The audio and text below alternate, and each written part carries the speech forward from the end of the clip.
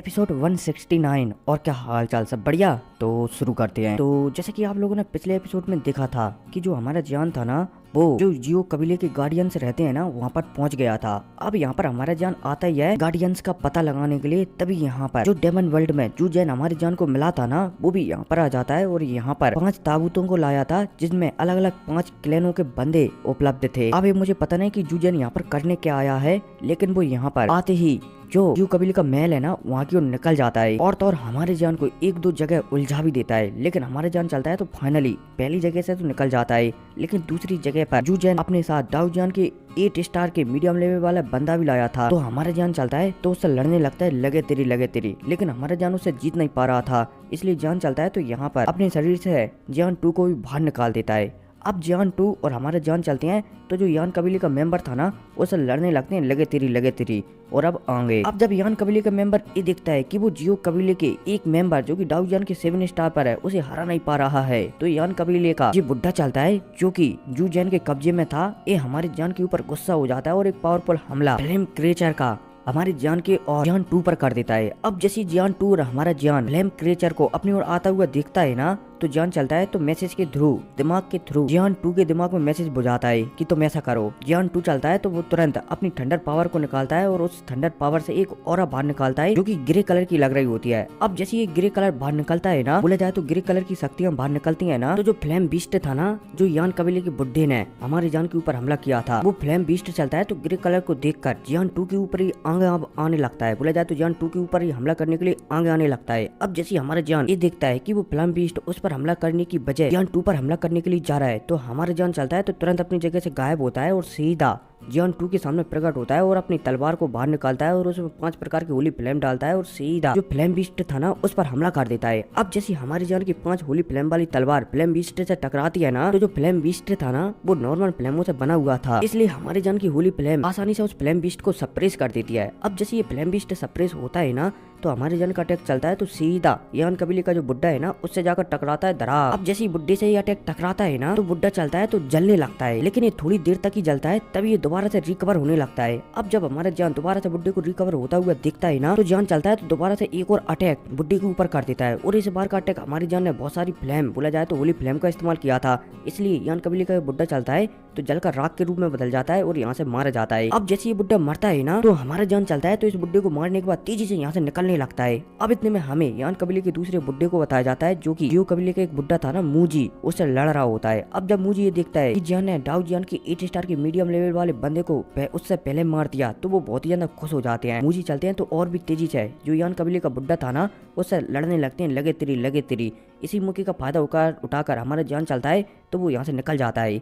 अब इसी के साथ सीन चिप्ट होता है और हमें जू जैन को बताया जाता है जो कि एक अलग ही जगह पर आ चुका था। अब जैसे जू जैन यहाँ पर आता है ना, तो उसे सामने एक औरत ट्रेनिंग करती हुई दिखती है, लेकिन जू जैन महसूस करता है कि उस औरत के ऊपर एक बहुत ही पावरफुल सील चढ़ गया है। अगर उस सील से उसकी गलती से भी हाथ लग गया ना, तो शायद वो मारा जा सकता है। और तो और जो सामने जियो कबीले की औरत है ना, वो शायद रिकार्डिनेशन लेवल पर है, इसलिए उससे का जीतना तो उससे एकदम नामुमकिन है। अब जूजैन ये सोच ही रहा होता है, तभी सामने जो औरत कल्टिवेट कर रही थी ना, उसे महसूस हो जाता है कि मानो कोई आ चुका है। अब जैसे ये औरत महसूस करती है ना, तो ये कहने लगती है कि कौन है जो मेरी ट्रेनिंग में बीच में दखल अंदाजी कर रहा है।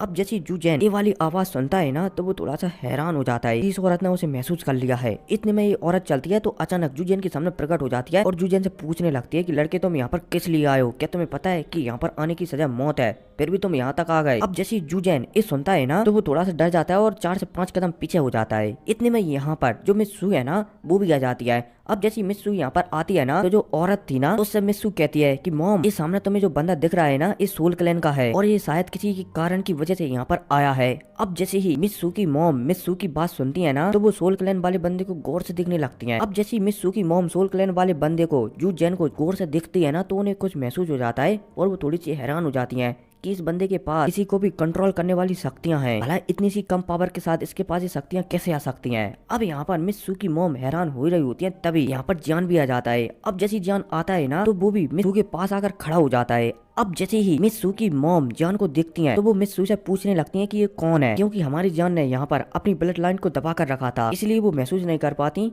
कि ये जियो कबीले से ही है, इसलिए वो मिस सू से पूछने लगती है कि ये कौन है। मिस सू चलती है तो अपनी मॉम को बता देती है कि बस ये मेरा एक फ्रेंड है। अब जब मिस सू की मॉम मिस सू की बात सुनती है ना, तो वो थोड़ी सी हैरान हो जाती है, क्योंकि मिस सू कभी भी किसी को भी फ्रेंड नहीं बनाती, तो भला ये लड़का मिस सू का फ्रेंड कैसे बन गया।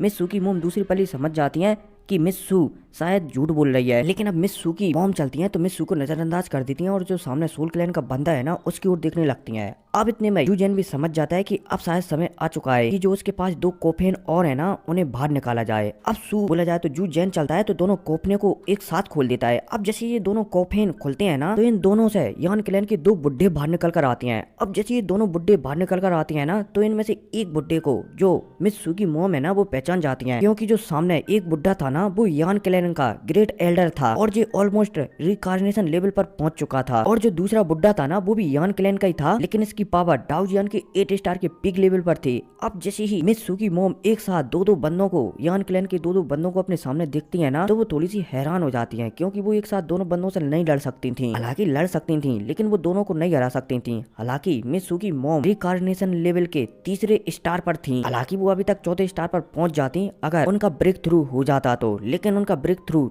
ठीक तरीके से नहीं हो पाया, इसलिए वो रिकार्नेशन लेवल के 3रे स्टार पर ही थी। और तो और कुछ दिनों पहले ही उनका ब्रेक थ्रू फेल हुआ है, इसलिए कहीं ना कहीं वो थोड़ी बहुत चोटिल तो थी। इसलिए उन दोनों बोला जाए तो यान क्लैन के दोनों बंदों से निपटने में उन्हें थोड़ी सी परेशानी समझ आ रही थी कि शायद वो दोनों बंदों को एक साथ न संभाल सके। लेकिन अब वो कुछ भी नहीं कर सकती थी, क्योंकि और भी जियो कबीले के जो गार्डियंस है ना वो गहरी नींद में है और फिलहाल के लिए वो ट्रेनिंग में है, इसलिए वो भी यहाँ पर नहीं आ सकते। इसलिए मिस सू की मॉम चलती है तो वो अकेले ही दोनों गार्डियंस से लड़ने लगती है, लगे तेरी लगे तेरी लगे तेरी। अब जैसे हमारा जान मिस सू की मॉम को ऐसा करता हुआ दिखता है ना, तो वो भी हमें सिर हिलाने लगता है, क्योंकि वो भी कुछ भी नहीं कर सकता था, क्योंकि उसके पावर भी बोला जाए तो उसके पास भी इतनी पावर नहीं थी कि वो यान कबीले के दोनों बुड्ढों में से एक बुड्ढो को भी संभाल सके। इसलिए हमारे जान जानता था कि दोनों बंदों से मिस सू की मॉम को ही निपटना पड़ेगा। अब इतने में हमें मिस सू को बताया जाता है, जो कि अपनी मॉम को लड़ता हुआ देखकर समझ जाती है कि शायद उसकी मॉम दोनों के दोनों गार्डियंस को ना हरा पाए। इसलिए मिस सू चलती है तो वो भी लड़ने की तैयारी करने लगते है कि वो भी दोनों गार्डियंस में से एक जो कमजोर वाला गार्डियंस है ना डाउजियन के 8 स्टार के हाई लेवल, उससे लड़ेगी, ताकि उसकी मॉम को समय मिल सके और वो जो यान क्लैन का ग्रेट एल्डर है ना जो कि रिकार्नेशन लेवल पर है, जिसे यहाँ पर सोल क्लैन का बंदा जू जेन लाया है, उससे लड़ेंगे। अब मिस सू ये सोचती है, तभी हमारे जान मना कर देता है कि क्या बकवास है, तुम्हें पता है ना कि वो डाउजियन के 8 स्टार के हाई लेवल पर है और तुम डाउजियन के 6 स्टार के मीडियम लेवल पर हो, तुम्हारा और उसका कोई कंपैरिजन ही नहीं है। अगर तुम उसके सामने भी गई ना तो तुम्हारी वो चटनी बना देगा। हालांकि मैं जानता हूँ कि तुम्हारे शरीर में 2 प्रकार की होली फ्लेम है, हालांकि 3 प्रकार की होली फ्लेम है, लेकिन अभी जो तुमने जियो कबीले की धरोहर वाली बोला जाए तो ब्लैक एविल फ्लेम को बोला जाए तो होली फ्लेम को अपने शरीर में बसाया है ना, वो भी अभी पूरी तरीके से शायद एक्टिवेट नहीं हुई है। इसलिए तुम फिलहाल के लिए जो सामने यान कबीले का डाउजियन की 8 स्टार की हाई लेवल वाला बंदा है ना, तुम उससे नहीं लड़ सकती। अब जैसी मिस सू जान की बात सुनती है ना, तो वो भी समझ जाती है कि जान एकदम सही कह रहा है। और तो और अगर उसने ब्लैक डिवोरिंग होली फ्लेम को एक्टिवेट किया ना, बोले जाए तो 10वें नंबर की होली फ्लेम को एक्टिवेट किया ना, तो हो सकता है कि वो यान कबीले के डाउजियन के 8 स्टार वाले बुड्ढे को तो हरा दे, लेकिन उसे इससे जो घाटा हो ना वो बहुत ही ज्यादा हो और वो कभी रिकवर कर ही ना पाए। इसलिए मिस सू सोचने लगती है कि अब आखिर वो क्या करे। अब मिस सू यहाँ पर ये सब सोच ही रही होती है, तभी हमारा जान चलता है तो वो मिस सू से कहने लगता है कि मैं इस गार्डियन से लड़ूंगा, बोला जाए तो यान कबीले के इस बुड्ढे से लड़ूंगा और इसे कुछ समय के लिए बिजी रखूंगा और हो सके तो मैं इसे खत्म कर दूंगा। अब जैसे हमारे जान मिस सू से कहता है ना, तो मिस सू चलती है तो वो भी हमारी जान से कह देती है कि ठीक है, अगर तुम ऐसा करते हो ना तो मैं तुमसे वादा करती हूँ कि अगर तुमने इसे मार दिया ना या फिर हम ये फाइट जीते बिना किसी दिक्कत के, तो मैं तुम्हें जियो कबीले की सारी सच्चाई के बारे में बता दूंगी। अब जैसे ही यहाँ पर मिस सू ये कहती है ना, तो हमारे जान भी सिर हिला देता है। अब हमारे जान चलता है तो वो सीधा जो यान कबीले का डाउजियन के 8 स्टार वाला बुड्ढे के सामने जाकर खड़ा हो जाता है। अब जैसे ये बुड्ढा ये दिखता है कि कोई बंदा उससे लड़ने के लिए आ रहा है, तो अभी तक ये बंदा बोला जाए तो ये बुड्ढा यान कबीले के बुड्ढे ग्रेट एल्डर को अपनी पावर भिजा रहा था ना, वो भिजाना बंद कर देता है और हमारी जान से लड़ने के लिए तैयार हो जाता है। हालांकि सामने जो बुड्ढा था ना जो कि डाउजियन के 8 स्टार के हाई लेवल पर था, ये हमारे जान को एकदम चीटी समझ रहा था। इसलिए ये ग्रेट एल्डर से कहता है कि ग्रेट एल्डर थोड़े समय के लिए रुको, एक चूजा मुझसे लड़ने के लिए आया है, मैं इसे निपटा कर दोबारा से तुम्हारे अंदर मेरी पावर डालना स्टार्ट करता हूँ। अब जैसे ही डाउजियन के 8 स्टार के हाई लेवल वाला ये बुड्ढा कहता है ना,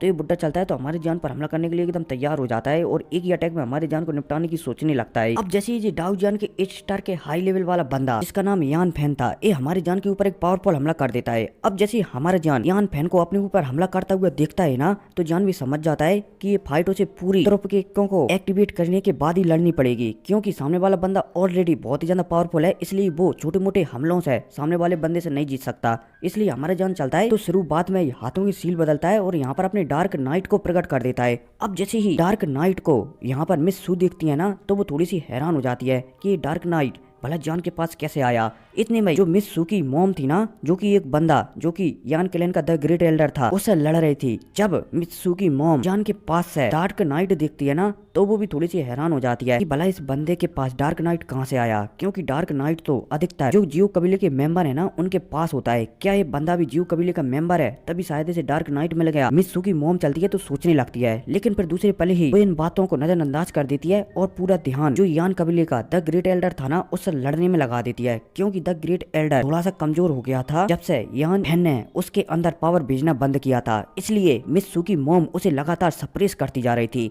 अब इतने में हमारी जान को बताया जाता है।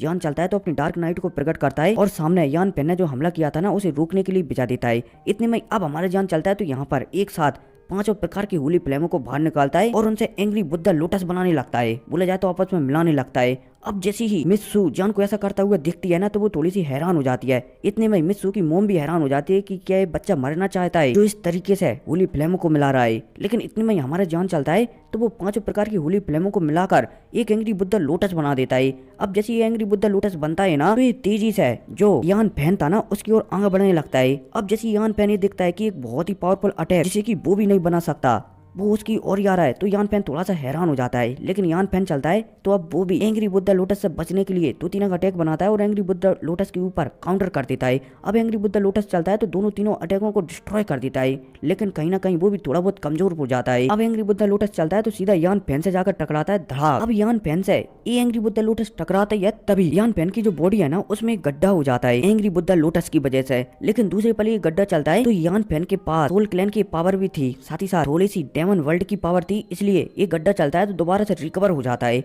अब जब हमारा जान ये देखता है कि यान फैन का कुछ भी एंग्री बुद्धा लोटस भी नहीं बिगाड़ सका, तो हमारा जान समझ जाता है कि शायद अब वो यान फैन से किसी भी कीमत पर नहीं जीत सकता। इसलिए अब हमारा जान चलता है तो यहाँ पर अपने एबिलिटीज की शक्तियों का इस्तेमाल करने की सोचता है। अब हमारा जान ये सोचता है तभी हमें मिस सू को बताया जाता है, जो कि अपनी ब्लैक कलर की फ्लेम को एक्टिवेट कर चुकी थी। अब जैसे मिस सू ब्लैक कलर की फ्लेम को एक्टिवेट करती है ना, तो इस ब्लैक कलर की फ्लेम से एक मैजिकल बीस्ट बनाती है जो कि बहुत ही ज्यादा पावरफुल दिख रहा होता है, और इस मैजिकल बीस्ट को सीधा जो फैन यान था ना, बोला जाए तो यान फैन था ना, उसके ऊपर हमला करने के लिए भेज देती है। अब जैसे ये ब्लैक कलर का बीस्ट यान फैन के ऊपर हमला करने के लिए जाता है ना, तो हमारा जान चलता है तो वो भी डार्क नाइट को ऑर्डर देता है कि इस ब्लैक बीस्ट की मदद करो और जो यान फैन है ना उससे लड़ने में मदद करो। अब जैसे हमारा जान भी डार्क नाइट को ऑर्डर देता है ना, तो मिस सू का जो ब्लैक फ्लेम बीस्ट था ना, वो साथ ही साथ डार्क नाइट चलता है तो एक साथ यान फैन से लड़ने लगते हैं। लगे तेरी लगे तेरी लगे तेरी यान फैन चलता है तो वो भी दोनों से लड़ने लगता है, लगे तेरी लगे तेरी। अब इनके बीच लगे तेरी मची रही होती है और हमारा जान इस फाइट को देख ही रहा होता है। तभी हमारा जान समझ जाता है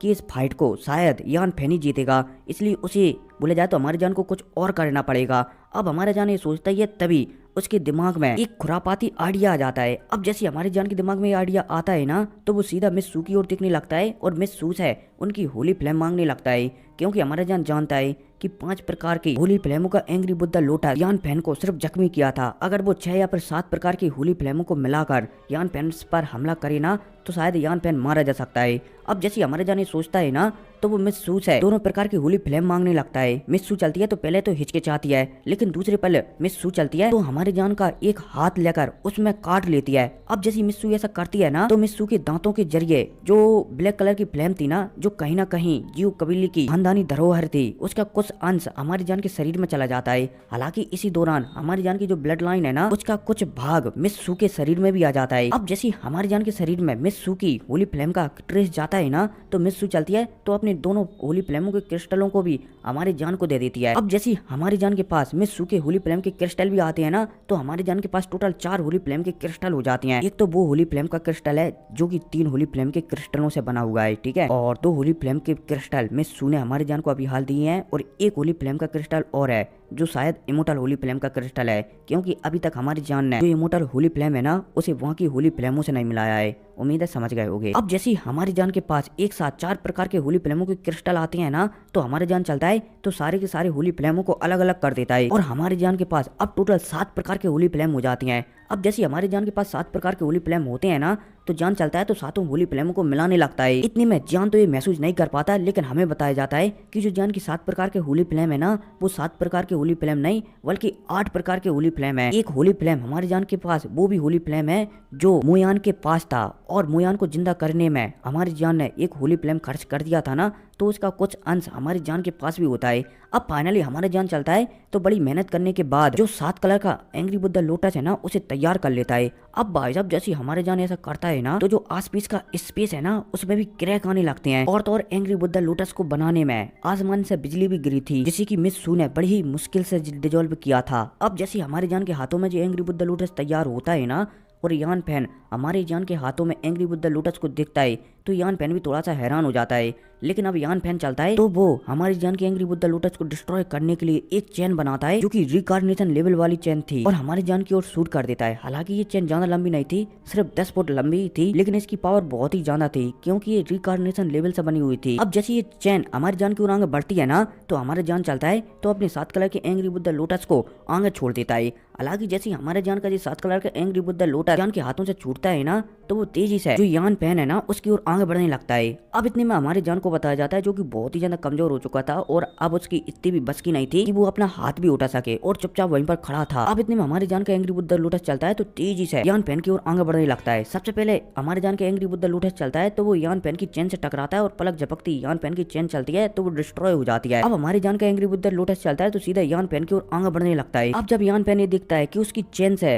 जो कि सबसे ज्यादा पावरफुल अटैक था वो भी एंग्री बुद्धा लोटस को कुछ नहीं बिगाड़ पाया तो वो थोड़ा सा डर जाता है। इतने में हमारे जान का जो डार्क नाइट था ना जो कि अभी तक ब्लैक फ्लेम बीस्ट के साथ मिलकर यान फैन से लड़ रहा था, हमारे जान का डार्क नाइट और ब्लैक फ्लेम बीस्ट चलता है तो वो भी यहाँ से तुरंत भाग जाते हैं। अब सिर्फ यहाँ पर यान फैन ही अकेला बचता है जिसकी ओर तेजी से हमारे जान का एंग्री बुद्धा लोटस आ रहा था। अब जैसे यान फैन ये देखता है कि उसकी ओर एंग्री बुद्धा लोटस तेजी से आ रहा है तो यान फैन चलता है तो एक चेन तो बोला जाए तो एक चेन को निकालता है और अपनी पूरी तरीके से बॉडी को कवर कर लेता है। अब जैसे हमारी जान का एंग्री बुद्धा लोटस यान फैन की चेनों से टकराता है ना तो ये चेनें भी जैसे कि अधिक लोहे को गर्म करने पर पिघल जाती हैं ना ऐसे ही चेनें भी पिघलने लगती हैं। अब जैसे ये चेनें पिघलती हैं ना तो जो यान फैन की बॉडी के ऊपर एक अजीब सा पावर था ना जो कि यान फैन को जिंदा रखा था वो भी डिस्ट्रॉय हो जाता है। अब जैसे ये पावर भी डिस्ट्रॉय होता है ना तो यान फैन जो कि किसी कब्र में से उठाकर जो जेन लाया था वो दोबारा से कब्र जैसा ही हो जाता है, बोला जाए तो कंकाल बन जाता है और नीचे गिरने लगता है। अब यहाँ पर यान फैन नीचे गिर रहा होता है तभी हमारी जान का एंग्री बुद्धा लोटस चलता है तो वो ब्लास्ट होता है ब्लाम। अब जैसे ये ब्लास्ट होता है ना तो जो यान फैन की बॉडी है ना वो भी पूरी तरीके से डिस्ट्रॉय हो जाती है और तो और उसका सिर्फ कंकाल बचता है तो वो जमीन में गड़ता हुआ चला जाता है। अब जैसे यान फैन से हमारा जान निपटता है ना तो वो राहत की सांस लेने लगता है। इतने में उसकी नजर दोबारा से जो मिस सू की मॉम है ना उन पर पड़ती है जो कि ग्रेट एल्डर से लड़ रही होती है। अब हमारे जान समझ जाता है कि जो द ग्रेट एल्डर है ना उसे मारने के लिए अगर उसने जू जैन को मार दिया ना तो ग्रेट एल्डर अपने आप मर जाएगा, क्योंकि जो द ग्रेट एल्डर है ना उसके ऊपर एक एनर्जी है और उसी बोला जाए तो वही एनर्जी ग्रेट एल्डर को जिंदा रखी हुई है। अगर वो जू जैन को मार दे तो ग्रेट एल्डर के ऊपर से वो एनर्जी हट जाएगी और ग्रेट एल्डर एक लाश की तरह बन जाएगा। अब हमारा जान चलता है तो जू जैन को ढूंढने लगता है लेकिन जू जैन उसे कहीं पर भी नहीं दिखता। इतने में मिस सू चलती है तो हमारे जान से कहने लगती है कि वो यहीं पर है लेकिन एक अलग स्पेस में छुप गया है इसलिए उसे ढूंढो। अब जैसे हमारे जान मिस सू की बात सुनता है ना तो वो हल्का सा बोला जाए तो थोड़ी सी पावर को रिकवर करता है और रिकवर करते ही जू जैन को ढूंढ लेता है। अब जैसे हमारे जान अपनी सोल पावर से जू जैन को ढूंढता है ना तो हमारा जान चलता है तो सीधा जू जैन के ऊपर एक पावरफुल अटैक जो कि हमारे जान तलवार से करता है सीधा जू जैन के ऊपर ही कर देता है। अब जैसे जू जैन में ये अटैक लगता है ना तो जू जैन तैयार नहीं था हमारे जान के अटैक के लिए, इसलिए जू जैन चलता है तो वो हमारे जान के एक ही अटैक से मारा जाता है और तो और जू जैन की बॉडी है ना वो भी ब्लास्ट हो जाती है। अब जैसे जू जैन मरता है ना तो जो यान कबीले का द ग्रेट एल्डर था ना जिसके ऊपर एक एबल बोले जाए तो शक्तियां चढ़ी हुई थी वो शक्तियां भी गायब हो जाती हैं। द ग्रेट एल्डर चलता है तो शक्तियों के गायब होते ही एक जिंदा लाश में बदल जाता है और वो अभी तक मिस सू की मोम से लड़ रहा था ना वो भी लड़ना बंद कर देता है और धरती पर जमीन पर गिर जाता है एक जिंदा लाश की तरह, मतलब कि मरी हुई लाश की तरह, और गिरने के साथ ये एपिसोड खत्म हो जाता है। मुझे पता नहीं कि आगे क्या बताया जाएगा लेकिन अब शायद जियो कबीले की मिस्ट्री के बारे में बताया जाएगा कि भाई जियो कबीले की हिस्ट्री कैसी है। खैर कोई नहीं, मिलते हैं अगली वीडियो में, टेक केयर, बाय।